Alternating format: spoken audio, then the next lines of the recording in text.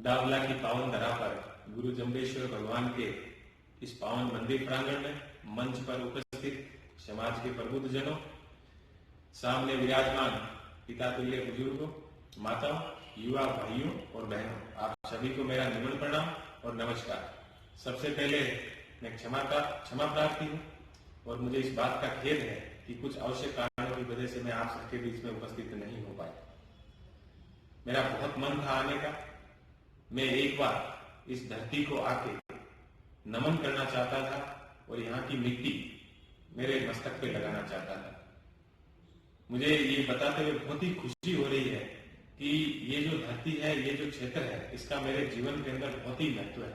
मेरे जीवन की जो पहली नौकरी पटवारी की शुरुआत यहीं से 10 से हुई थी, इसलिए मेरा बहुत मन था कि मैं इस धरती पर जाऊं और इसको एक बार नमन करूं।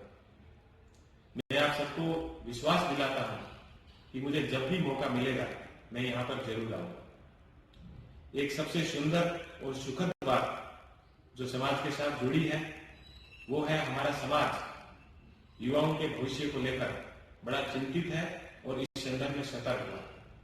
इस संदर्भ में मैं गुरुदेव आचार्य सचिदानंद जी को बहुत बहुत धन्यवाद देना चाहूंगा कि उन्होंने जो यालासर शास्त्री के अंदर युवा सम्मेलन का जो बीज रोपा था, आज वो वटवृक्ष के रूप में बड़ा हो रहा है। आज गांव गांव में होने वाली जो कथाएं हैं, उन कथाओं के अंदर युवा सम्मेलन एक अनिवार्य हिस्सा बना था और यही एक प्रगतिशील समाज का सबसे बड़ा निशानी है, सबसे बड़ा द्योतक है। पिछले कुछ समय से समाज ने जो प्रगति की, उन सबके अंदर जो सबसे महत्वपूर्ण चीज जो समाज ने खड़ी की है, उसमें एक जामानी साहित्य अकादमी और दूसरा समराकल फाउंडेशन। जामानी साहित्य अकादमी जहां समाज के साहित्य को जन जन तक पहुंचा रही है, उसी प्रकार से समराकल फाउंडेशन जैसे संस्थान समाज के जो गरीब युवा है, जो जरूरतमंद युवा है, उनके लिए हमेशा तत्पर खड़े हैं। टीम आगाज गांव गांव में लाइब्रेरी खोल रही है। डेजर्ट 80 जैसी टीमें गांव गांव के अंदर बच्चों को निःशुल्क पढ़ा रहे हैं। ये हमारे समाज के अंदर बहुत ही एक शुभ संकेत है और मुझे पूरा विश्वास है कि आने वाले 10-15 सालों के अंदर इन सबके बहुत ही सुखद परिणाम हम सबके सामने रहेंगे। हमारा समाज हमेशा से प्रतिभाओं से भरा रहा है। आदरणीय लज्जा राम जी हम सबके प्रेरणा के स्रोत रहे हैं। वर्तमान में डीजीपी मेघालय, उनका जो संघर्ष है वो हम में से किसी से छिपा हुआ नहीं।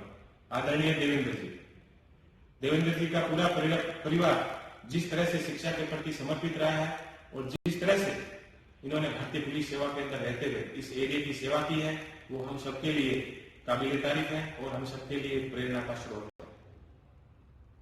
आपके क्षेत्र का और हमारा छोटा भाई रवि सिहाल, इस क्षेत्र के अंदर जिन्होंने यूपीएससी सिविल सर्विस की जो परीक्षा है के अंदर 18वीं मेरिट लाके और यहाँ के जो युवा वर्ग है उनके अंदर एक नई ऊर्जा और जोश उन्होंने वो भरा है। इसके साथ ही पिछले 10-15 साल में हमारे समाज ने जो प्रगति की है, वो प्रगति हम विभिन्न प्रकार के हमारे समाज के जो प्रेरणा स्रोत है उनमें देख सकते हैं।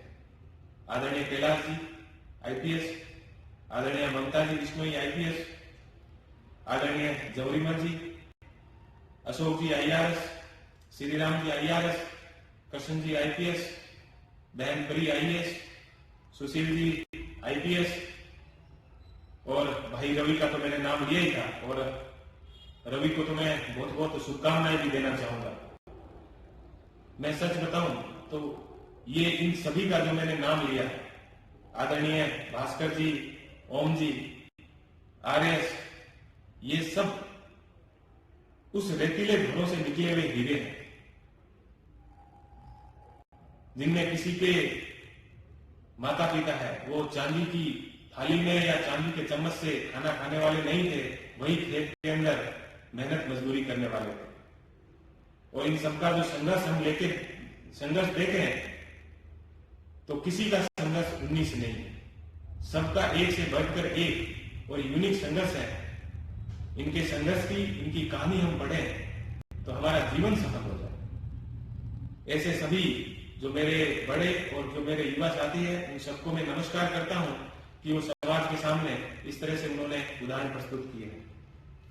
बहन न केवल इन सब युवाओं ने उदाहरण प्रस्तुत किए हैं, बल्कि इनके परिवार का भी बहुत बड़ा योगदान रहा है। मैं बहन परी को अच्छी तरह से मैंने देखा है कि इनकी माताओं, इसकी जो बहन परी की जो माता जी है, उनका संघर्ष, मुझे पता है कि जब आदमी सरकारी सेवा में होता है तो वो हमेशा अच्छी जगह पोस्टिंग के लिए भागता है।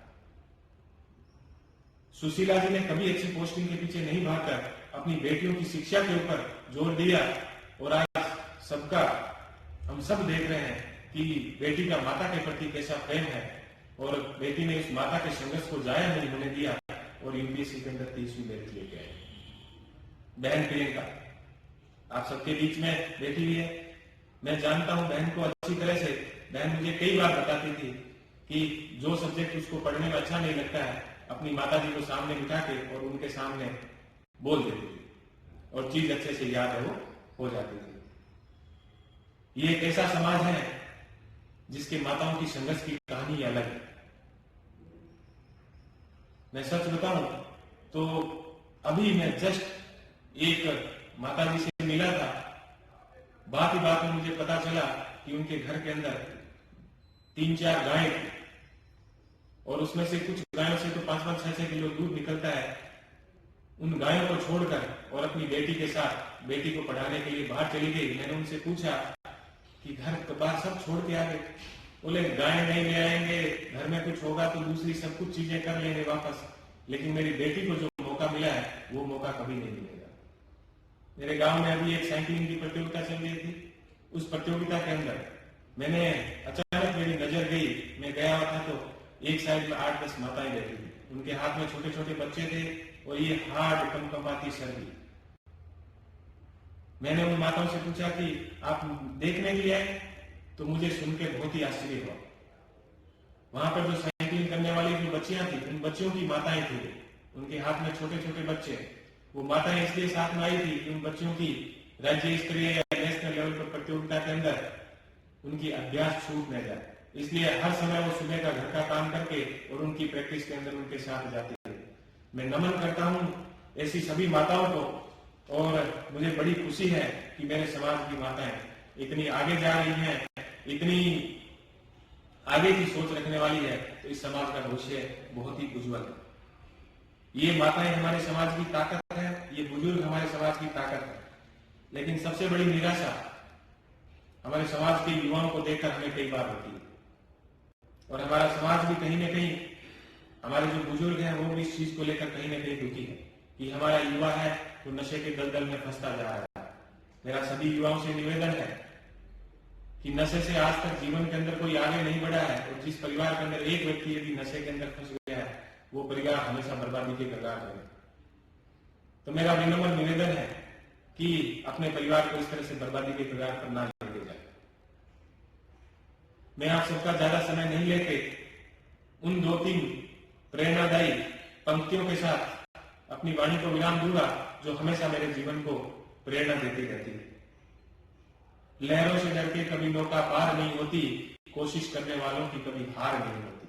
नहनी चिंटी जब दाना लेकर चलती है, चढ़ती दीवारों पर 100 बार फिसलती है।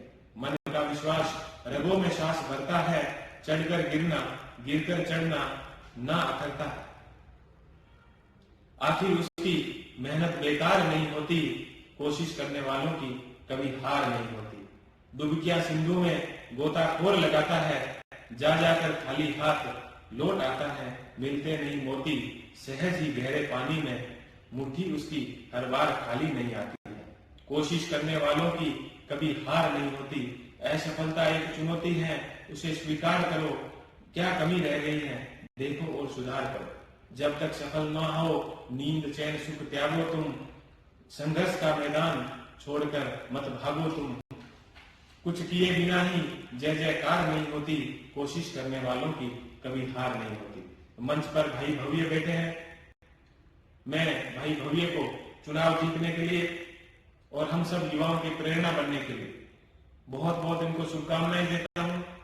भाई भव्य ने जिस तरह से समाज के सामने एक नई नजीर पेश की है, वो हम सबके लिए प्रेरणा का स्रोत है। मुझे आशा ही नहीं अपितु पूर्ण विश्वास है कि भाई भव्य इस समाज के युवाओं के अंदर एक नया जोश और उत्साह भरेंगे। भाई भव्य से मैं ये निवेदन करना चाहूंगा कि वो इस समाज के युवाओं की बागडोर अपने हाथ के अंदर संभाले और इस समाज के युवा जिस तरह से नशे के दलदल में फंसते जा रहे हैं, उनको बाहर निकालने के लिए आगे आए। यदि भाई भव्य अपने हाथ के अंदर वो बागडोर संभालेंगे तो मैं आपको गारंटी के साथ कह सकता हूं कि इस समाज का युवा है जरूर जो भी नशे का दलदल है उससे बाहर निकलेगा। पुनः मैं आपका ज्यादा समय नहीं लेते हुए पुनः आप सबको मेरी तरफ से नमन प्रणाम करते हुए, नमस्कार करते हुए आप सबसे विदा लेता हूं। आप सबका बहुत बहुत धन्यवाद। आपने मुझे इस योग्य समझा और मुझे यहाँ पर आमंत्रण दिया। इन सबके लिए आपका बहुत बहुत धन्यवाद।